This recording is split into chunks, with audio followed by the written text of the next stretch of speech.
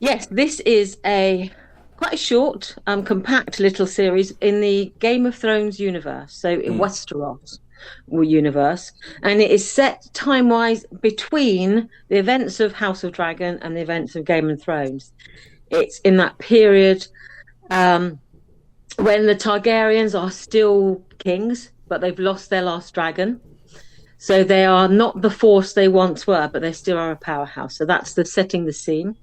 But the scene is this story is like devolved down to a hedge knight. The main character is a guy called Dunk or Duncan the Tall, Sir Duncan the Tall, and he is a hedge knight.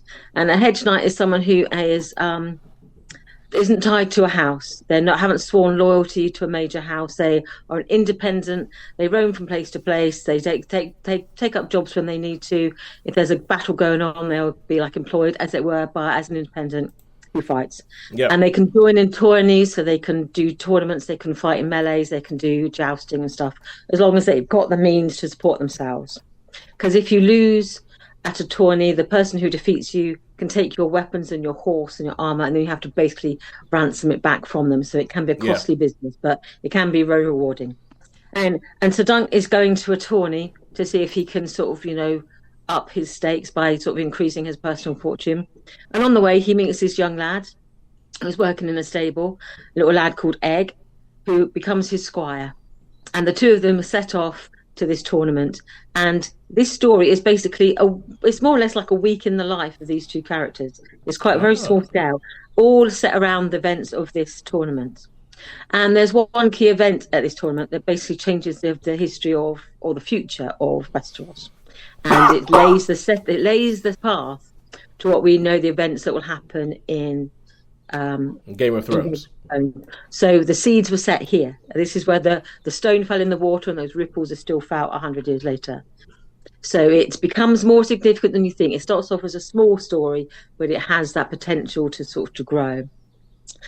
So I don't really want to give too much away because some of the key characters are in there, but you do meet some of the key houses. You meet Targaryens, you meet Baratheons, Lannisters, and all of the other big houses are there, apart from some of the northern kingdoms. Yeah. So, and you hear snippets.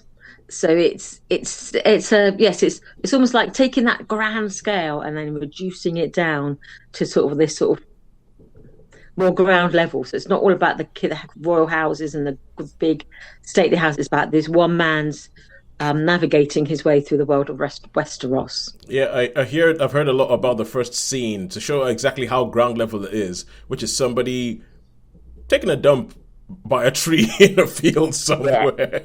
And they're that's like, early on. "Well, Yeah, they're like, welcome. This is the Westeros we're talking about." So, a all bit right, more earthy.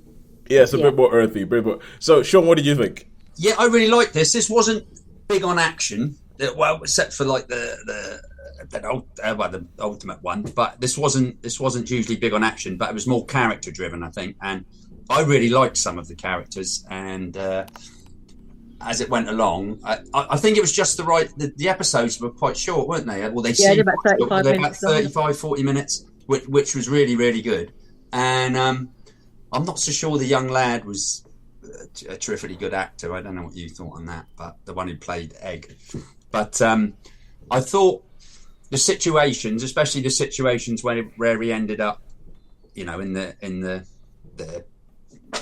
seven or whatever. I thought that was quite well done because I sort of believed that scene that it was like when you feel. And I really liked a bit. I don't know why, and I've thought about this lots of times. Like the Baratheon, he's been in the tournament. He goes, "Oh, I don't feel that." I thought that was when that little scene there Yeah, when they take his armor off, and I was like, "Wow, that's really, really, really All cool." right.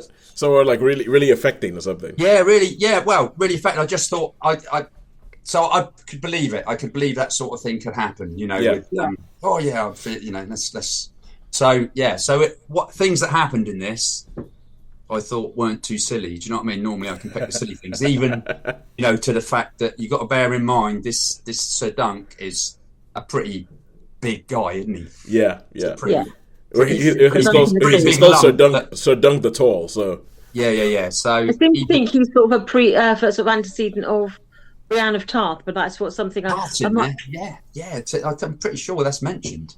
I think I think she's what his sort of great granddaughter or granddaughter or something.